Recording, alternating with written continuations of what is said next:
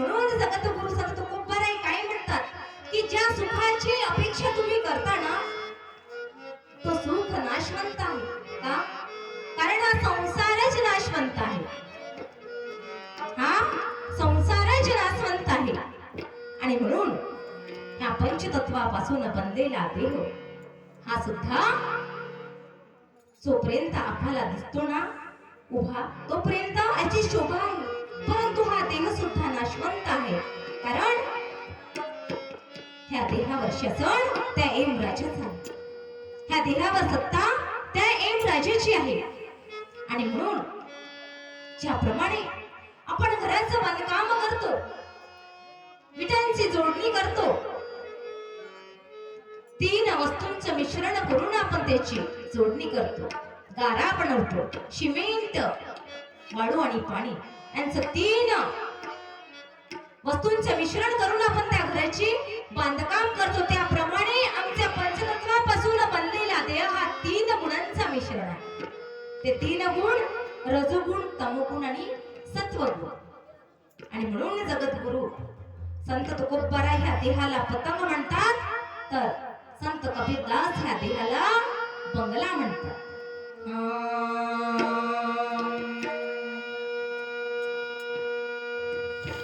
अविसाची आसा गडगिडी मासा फुटोनिया गसा मरण पावी मरणाची विडी करी तडमड आठवी कृपड तै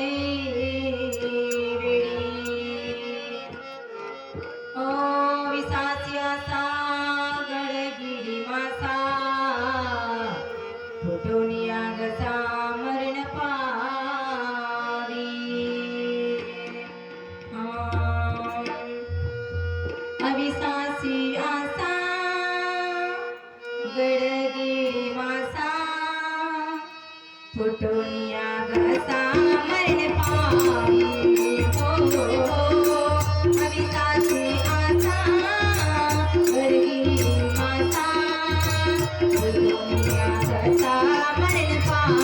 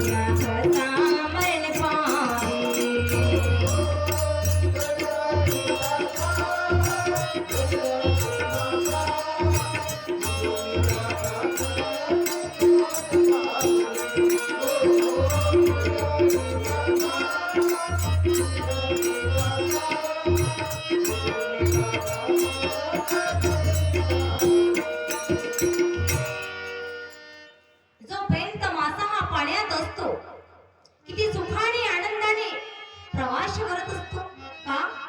कारण त्या माशाला माहित नसतं पाण्याच्या बाहेर काय चाललंय म्हणून.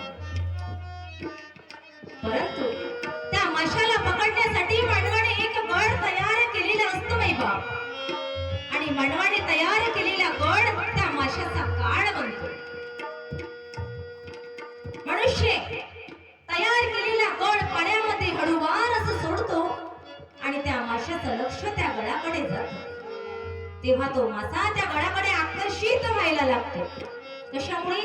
त्या गडाला बांधलेल्या वेगवेगळ्या पदार्थांमुळे माशाला लोभ सुटतो, एक आकर्षण तयार होतो त्या माशाच्या मनामध्ये आणि ते आकर्षण, ते लोभ माशाला त्या गडाकडे घेऊन जातो.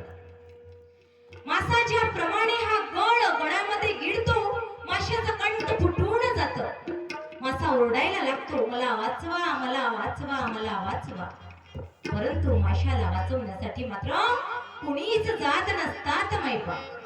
अगदी त्या माशाप्रमाणेच मनुष्याचं सुद्धा जीवन असतं.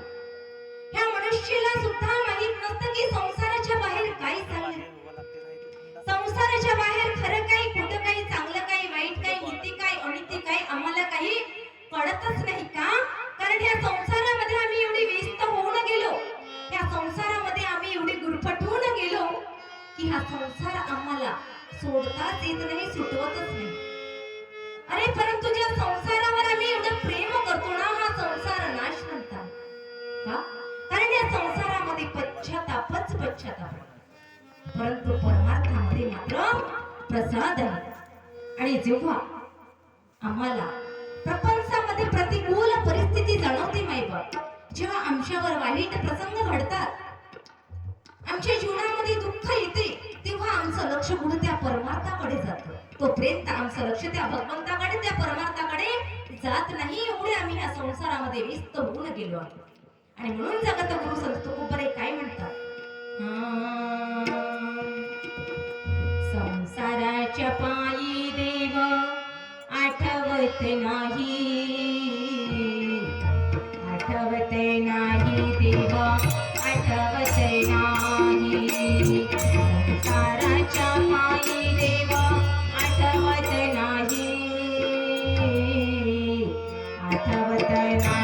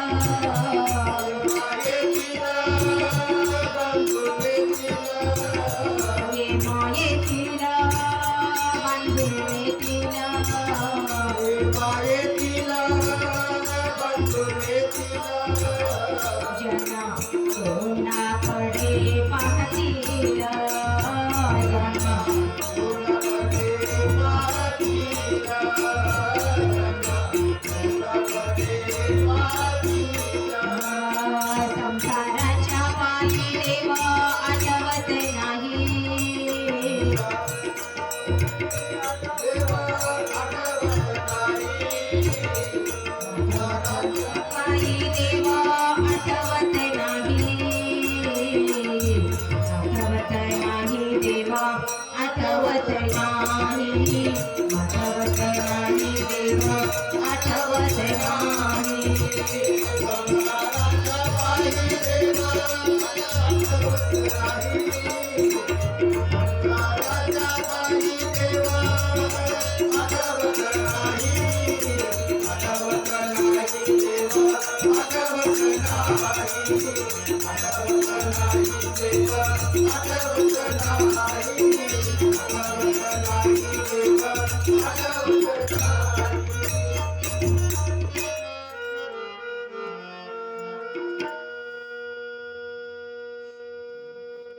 आमचा मानवी देह ना आत्म्याचं एक वस्त्र आहे. हा मानवी देह आत्म्याचं एक वस्त्र आहे, आत्म्याचं एक आवरण आहे, एक कवच आहे. ज्याप्रमाणे आपण आपल्या शरीरावर वेगवेगळे कपडे बदलवतो ना, त्याप्रमाणे आत्मा सुद्धा एका शरीरातून दुसऱ्या शरीरामध्ये प्रवेश करत असते बरं का. व्यक्ती मृत पावला तेव्हा त्या देहाचं अस्तित्व जरी संपत असेल परंतु आत्म्याचं अस्तित्व मात्र कधीच संपत नाही. का? कारण मृत्यूच्या दिवसापासूनच खरा आत्म्याचा प्रवास सुरू होतो. हा देह नाशवंत आहे, देह मरतो, परंतु आत्मा मात्र अमर आहे, ती अजरामर आहे. का? कारण ती ईश्वराचा अंश आहे, ती ईश्वराचे कठीण आहे. आणि जेव्हा आमचं मन एकाग्र होते, जेव्हा आमचं चित्त हे नियंत्रित होते ना, तेव्हा आत्मा आणि परमात्मा यांचा योग जुळून येतो. आणि ही आत्मा एक ईश्वराचा अंश आहे. म्हणून व्यक्ती जरी मरत असेल, व्यक्तीचं हे शरीर जरी नाशवंत असेल, परंतु आत्मा मात्र अमर आहे, ती अजरामर आहे, कारण ती ईश्वराचा अंश आहे. आणि म्हणून जगद्गुरु संत तुकोबाराय काय म्हणतात, आम्ही या संसारामध्ये एवढे व्यस्त होऊन गेलो आहोत. ह्या देहाला सजवण्यासाठी आम्ही किमती वस्त्र वापरतो, किमती अलंकार आपण देहावर अलंकृत करत असतो, परंतु हा देह आमचा आहे असं जरी आम्हाला वाटत असेल, परंतु ह्या देहावर शासन मात्र त्या यमराजाचं आहे. ज्याप्रमाणे त्या माशाला पकडण्यासाठी आम्ही मानवानी एक गड तयार केलेला आहे ना, त्याप्रमाणे आम्हाला पकडण्यासाठी सुद्धा त्या यमराजाने एक गड तयार केलेला आहे. आणि हा यमराजाचा गड केव्हा, कधी आणि कोणत्या रूपात येईल आणि आम्हाला घेऊन जाईल हे मात्र कुणालाच माहित नाही. मग आमचा जन्म झाला तरी कशासाठी हो? आम्ही जन्माला आलो तरी कशासाठी? खाऊन पिऊन उगीचच पडून राहण्यासाठी? अरे खाऊन पिऊन उगीचच पडून असतात ना मायबाप, त्यांना आराम म्हणतात. का आम्ही आराम करण्यासाठीच जन्माला आलोत का? खाऊन पिऊन जे उगीचच पडून असतात त्यांना आराम म्हणतात. एखादा व्यक्ती आपल्याकडून पैसे उधार नेतो परंतु परतच देत नाही, त्याला हराम म्हणतात. आपल्यासोबत सख्यासारखा राहतो त्याला सखाराम म्हणतात. आपल्या आत्म्यात असतो त्याला आत्माराम म्हणतात. अरे बापाचं वचन पाळून मायेची मान कापणाऱ्याला परशुराम म्हणतात. तर त्याच माई बापाचं वचन पाळून ज्याने 14 वर्षाचा वनवास भोगला त्यांना प्रभू रामचंद्र म्हणतात. मग आम्हाला काय म्हणतात? आम्ही कशासाठी जन्माला? खाऊन पिऊन उगीचच पडून राहण्यासाठी? अरे अशा कितीतरी रात्र गेल्या, दिवस गेले आणि रात्र दिवसच काय हो, आयुष्य आमचं उलटून गेलं. परंतु आम्ही जन्माला येऊन काय केलं तुम्ही? आणि वंदनीय राष्ट्रसंत तुकोबा महाराज सुंदर असं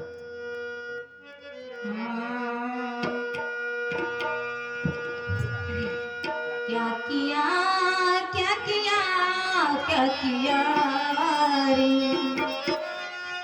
क्या किया क्या किया क्या किया रे, तूने जीवन गवा दिया, तूने जीवन गवा दिया, क्या किया रे, पाना था उसको तो खो दिया रे, पाना था उसको तो खो दिया।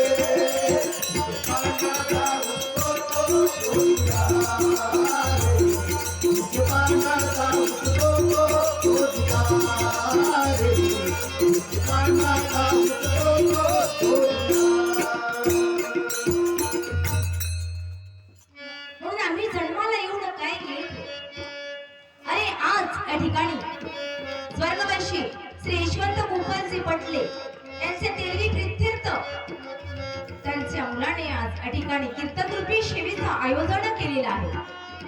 असं कीर्तनाचं आयोजन करण्यासाठी भाग्य लागतं बरं का. ते भाग्य आज त्या पटले परिवाराला लाभलेलं आहे.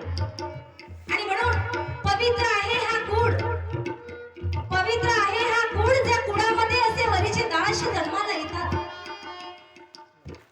पावन आहे तो देश ज्या देशामध्ये असे थोर संत मायबाप जन्माला येतात. ह्या थोर संतांच्या कलावंतांच्या भूमीमध्ये आम्ही जन्माला आलो. मग आमचा जन्म का उगीच व्यर्थ वाया करण्यासाठी आम्ही जन्माला आलो? अरे जपान हे जगातील एक शस्त्र घर आहे, चीन हे जगातील एक सैन्य घर आहे, अमेरिका हे जगातील सर्वात श्रीमंत असं तिजोरी घर आहे, फ्रान्स हे जगातील एक तहसील घर आहे, पाकिस्तान हे जगातील कुरभुरी आहे, तर भारत हे जगातील एकमेव असं देवघर आहे. आणि या देवघरामध्ये आम्ही जन्माला आलो. मग देवघरामध्ये जन्माला आल्यानंतर आपण कसं वागलं पाहिजे, आपलं जीवन कसं व्यतीत केलं पाहिजे, हा प्रश्न आपण कधी स्वतःला विचारलात का हो? आणि हा प्रश्न आपण जोपर्यंत स्वतःला विचारणार नाही बाबा, तोपर्यंत आपण जीवनामध्ये काहीच करू शकणार नाही. कारण रूप पाहण्या अगोदर स्वतःचं स्वरूप पहा. कारण अरे ज्या भगवंताला आम्ही देव देव म्हणतो, फुलांच्या माळा घालून भगवंताची पूजा अर्चना करतो, भजन कीर्तन करतो, जप तप करतो, कुणी गाड म्हणत असेल, कुणी अल्लाह म्हणत असेल, कुणी मशिहा म्हणत असेल, कुणी परब्रह्म परमेश्वर परमात्मा एक म्हणत असेल. प्रत्येक जण आपल्या जीवनामध्ये भगवंताची भक्ती करतो. असा कोणीच नाही की जो भगवंताची भक्ती करत नाही. मग भक्ती म्हणजे काय, परमार्थ म्हणजे काय? तर भगवंताविषयी निश्चिम असणारे प्रेम म्हणजे भक्ती, ज्यांच्यामुळे आपली अंतर्वृत्ती बहरून येते आणि दुसऱ्यांच्या संवेदना पाहून आपली ही चित्तवृत्ती प्रसन्न होते ना, त्याला म्हणायचं परमार्थ, त्याला म्हणायचं अध्यात्म, त्याला म्हणायचं भक्ती. फक्त भगवंताची पूजा अर्चना करणे म्हणजे भक्ती नव्हे. आणि म्हणून शंकराचार्य महाराज काय म्हणतात, पवित्र ते कूड पावन तो देश, पवित्र ते कूड पावन तो देश, पवित्र ते कूड पावन ते देश, पवित्र ते कूड पावन ते देश, पवित्र ते कूड पावन तो देश, पवित्र ते कूड पावन तो देश, पवित्र ते कूड पावन ते देश, पवित्र ते कूड पावन ते देश, पवित्र ते कूड पावन ते देश.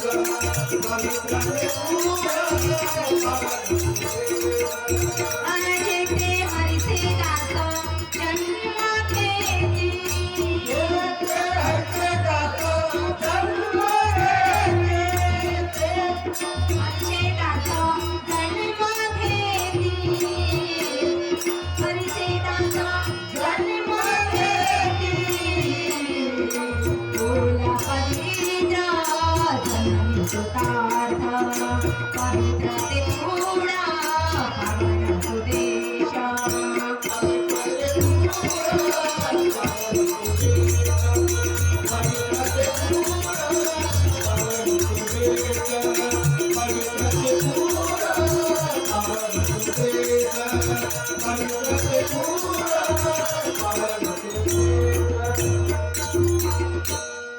मृत्यूनंतर स्वर्ग काय नरक काय कोण पाहायला जातो?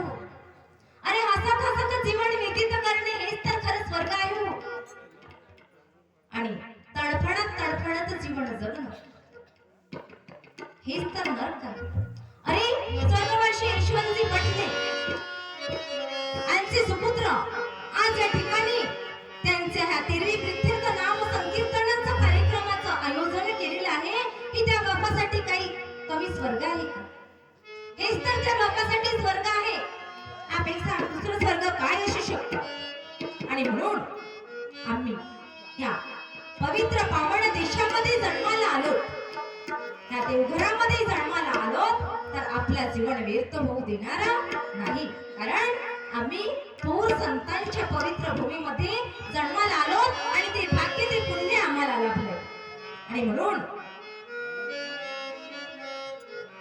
अरे त्या मंदिरातील मूर्तीला प्रसन्न करण्यासाठी आम्ही मंदिरामध्ये जातो. कशासाठी? त्या मंदिरातील देवानी आम्हाला दर्शन द्यावं, आमच्यावर प्रसन्न व्हावा यासाठी.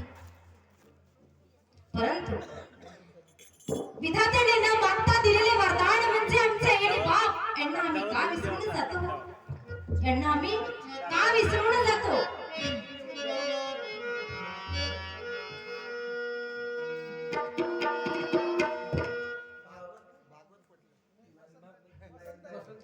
श्री वसंताजी पटले यांच्याकडून 100 रुपयाचं दान ह्या कीर्तनाला प्राप्त झालेला आहे. धन्यवाद. त्याचप्रमाणे वसंतजी पडले यांच्याकडून आमच्या भजन मंडळाला 101 रुपयाचे दान मिळाले आहे. धन्यवाद.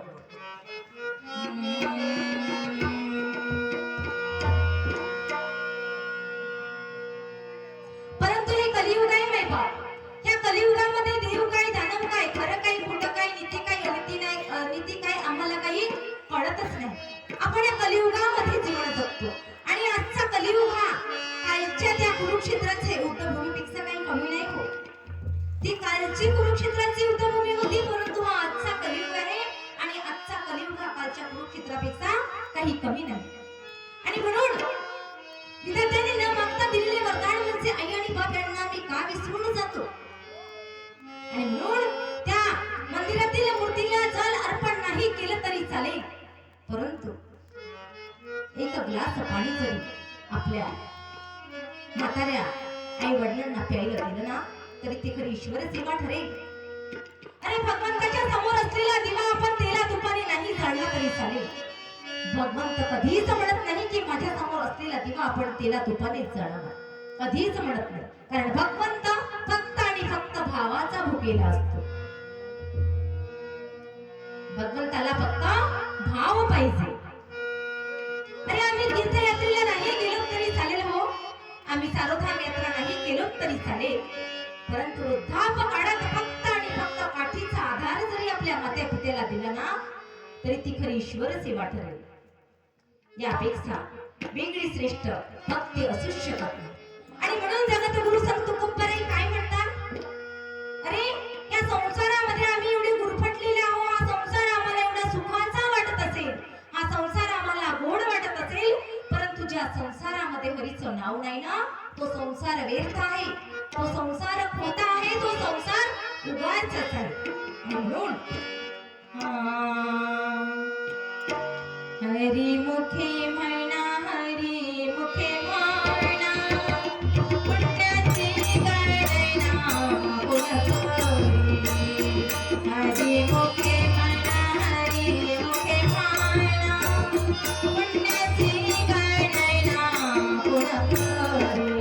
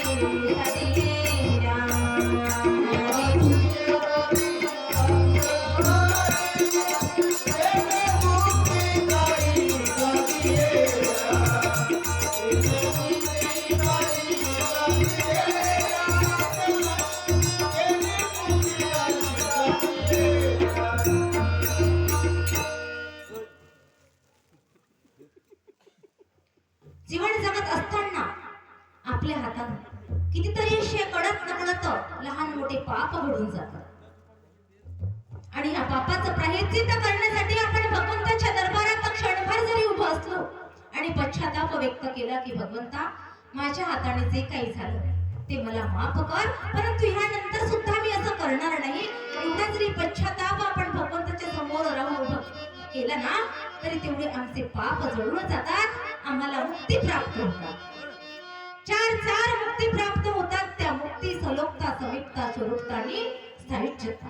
आणि म्हणून जगद्गुरु संत तुकोबराय काय म्हणतात की ज्या संसारामध्ये हरीचं नाव आहे तेच संसार सार्थक आहे. अन्यथा ज्या संसारामध्ये हरीचं नाव नाही तो संसार व्यर्थ आहे, खोटा आहे, उगाच आहे. परंतु हा कलियुग आहे नाही बा. या कलियुगामध्ये भगवंताला कोण म्हणते? देव काय दानव काय आम्हाला काही पडत नाही. कलियुग बैठा मार कुंडली जाऊ तो मैं कहाँ जाऊँ. कलियुग बैठा मार कुंडली जाऊँ तो मैं कहाँ जाऊँ.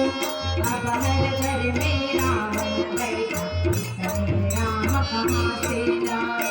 अब हर घर में रावण बैठा राम कहाँ से लाऊं.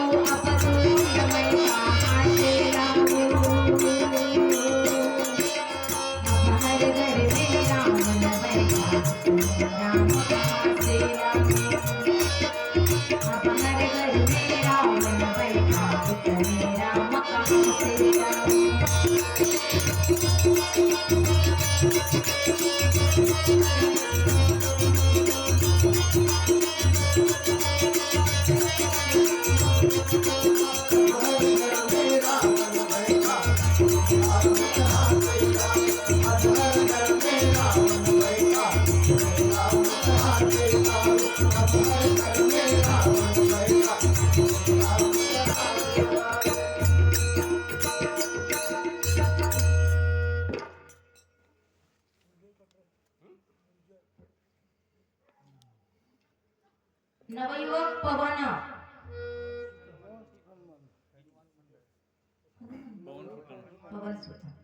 नवयुवक पवनसूत्र हनुमान मंडळ यांचे कडून नवयुवक पवन हनुमान मंडळ किनी यांच्याकडून 100 रुपयाचं दान या कीर्तनाला प्राप्त झालेलं आहे. आशीर्वाद धन्यवाद.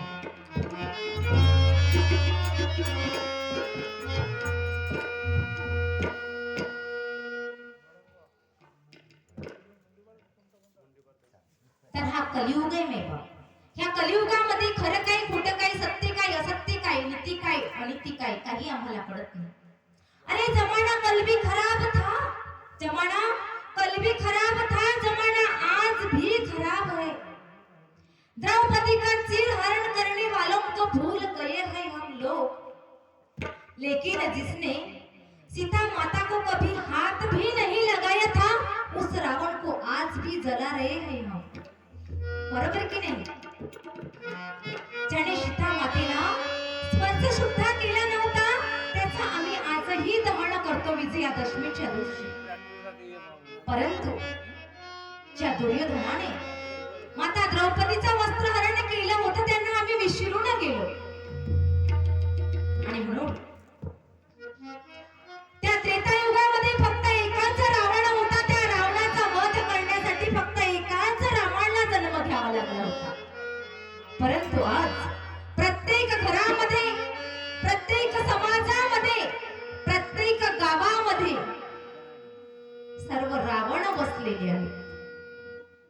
सर्व रावण बसलेले आहेत. मग हे एवढ्या रावणांचा वध करण्यासाठी, या रावणांना जाळण्यासाठी ह्या कलियुगामध्ये किती रावणांना जन्म घ्यावा लागेल हो, विचारायची गोष्ट आहे.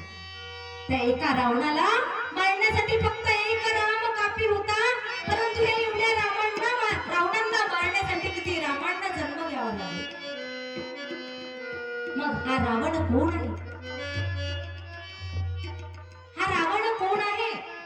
दरवर्षी त्या रावणाचा आपण विजयादशमीच्या दिवशी तोंडीचा रावण करतो आणि त्याला जाळतो. हा रावण कोण आहे? तर हा रावण दुसरा तिसरा कुणी नाही, वैभव हा आमच्या अंगात असलेला क्रोध आहे. आमच्या अंगात असलेला क्रोध आहे. आणि म्हणून या क्रोध रूपी रावणाचा जोपर्यंत आपण दहन करणार नाही तोपर्यंत रामराज्य प्रस्थापित होणार नाही. आणि ज्या दिवशी रामराज्य प्रस्थापित झालं ना, रामाला जन्म घेण्याची गरजच पडणार नाही. आणि म्हणून जगद्गुरु संत तुकोबराय काय म्हणतात की ह्या पंचतत्वापासून बनलेल्या देहाला चार चार वेदांचा आधार आहे. चार चार वेदांचा आधार आहे. ते चार वेद कोणती? ऋग्वेद, यजुर्वेद, सामवेद आणि अथर्ववेद. अरे ऋचांनी तयार केलेला तो ऋग्वेद, यज्ञ कर्मासाठी करण्यात आलेला तो यजुर्वेद, आणि आज आपण या ठिकाणी आमचा जो संच बसलेला आहे संगीतमय गायनाचा संग्रह म्हणजेच सामवेद, आणि कधीही नष्ट न होणारे ज्ञान म्हणजेच चौथा वेद, तो म्हणजे अथर्ववेद. ज्ञान हे अविनाशी आहे. ज्ञान हे अविनाशी आहे. म्हणून देण्यासारखं दान जरी असेल, देण्यासारखं काय आहे? दान आहे. तर घेण्यासारखं ज्ञान आहे. कारण ह्या जगामध्ये ज्ञानासारखं पवित्र असं काहीच नाही. ज्ञान हा माणसाचा तिसरा डोळा आहे. नाही ज्ञानेन सदृश्य, नाही ज्ञानेन सदृश्य पवित्र मिह विद्यते. भगवद्गीतेमधले हे चरण आहे. नाही ज्ञानेन सदृश्य पवित्र मिह विद्यते. ज्ञानासारखं पवित्र ह्या जगात दुसरं काहीच असू शकत नाही. ज्ञान हा माणसाचा तिसरा डोळा आहे. म्हणून दान कुणाला करायचं हे सुद्धा आम्हाला ओळखता आलं पाहिजे बरं का. कारण दान कधीही जो दानास सुपात्र असेल ना, अशाच व्यक्तीला दान करावं. कारण कुपत्रास दान केल्यानं ते व्यर्थ आहे. तुका म्हणे द्रव्य घेती देती तेही नरका जाती. तुका म्हणे द्रव्य घेती, जे दान घेतात एक व्यवसाय समजून, आज असे कितीतरी ढोंगी साधू जन्माला आले आहेत. त्यांना सुद्धा आपण दान करतो. पण हे दान करताना आपल्याला ओळखता आलं पाहिजे. कारण ह्या अशा ढोंगी बुवा बाजीनं आपण दान केले ना, ते दान पात्र होणार नाही. ते दान व्यर्थात जाणार. आणि म्हणून तुका म्हणे द्रव्य घेती देती तेही नरका जाते. द्रव्य घेणारे आणि देणारे सुद्धा काय असतात? ते नरकात जातात. म्हणजे ते पात्र ठरत नाही. म्हणून देण्यासारखं काय आहे तर ते दान आहे. परंतु दान हे सुपात्र असंच करावं. घेण्यासारखं ज्ञान आहे. बोलण्यासारखं काय असेल तर ते सत्य आहे. सोडण्यासारखा काय असेल तर तो अहंकार आहे, क्रोध आहे. आणि करण्यासारखी काय असेल तर ती फक्त आणि फक्त दया आहे. म्हणून दया ही वेळेनुसार तयार होते. एखाद्याला दुःखी पाहून आपल्या मनामध्ये कळवळा निर्माण होतो, दया निर्माण होते. ती वेळेनुसार तयार होते. परंतु करुणा हा माणसाचा स्वभाव असतो. आणि म्हणून जगद्गुरु संत तुकोबराय काय म्हणतात की चार चार वेद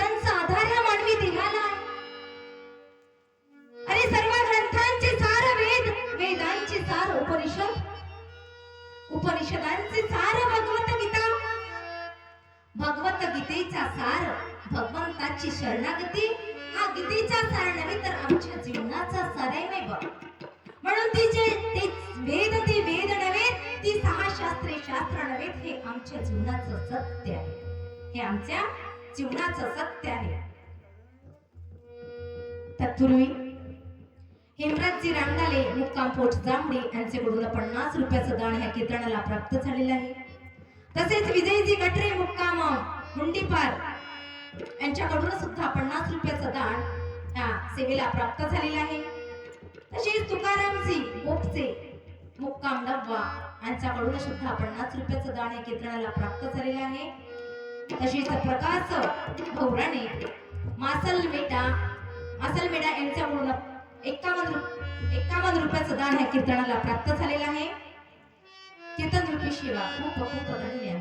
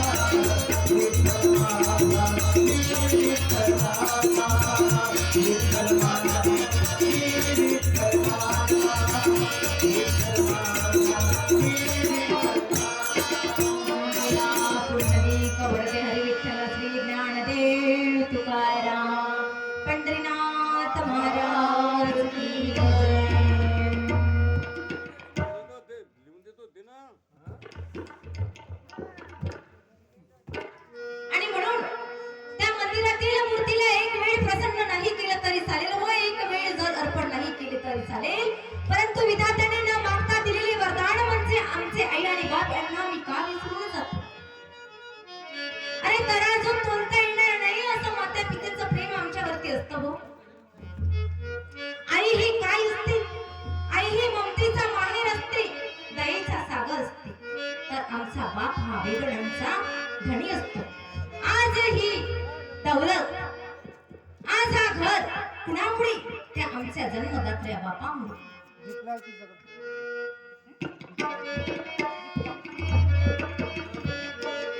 श्री दीपलालजी क्षीरसागर यांच्याकडून 50 रुपयाचं दान या कीर्तनाला प्राप्त झालेलं आहे. धन्यवाद. तसेच मुलीलालजी रामदाने यांच्याकडून 50 रुपयाचं दान कीर्तनाला आणि भजन पार्टीला प्राप्त झालेलं आहे. धन्यवाद.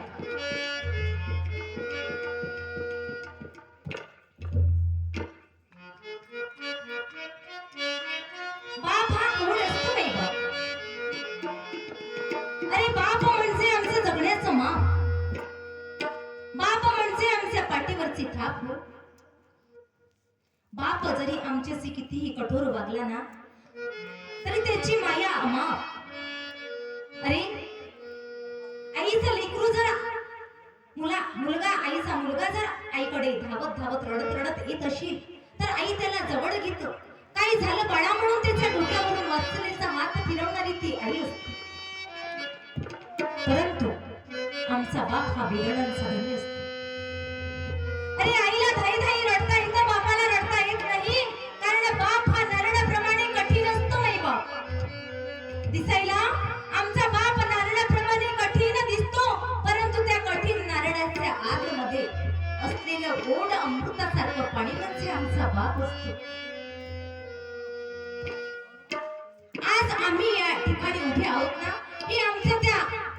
बापाची देण आहे, आमच्या त्या आईची देण आहे. अशा आई बापाला आपण का विसरून जातो?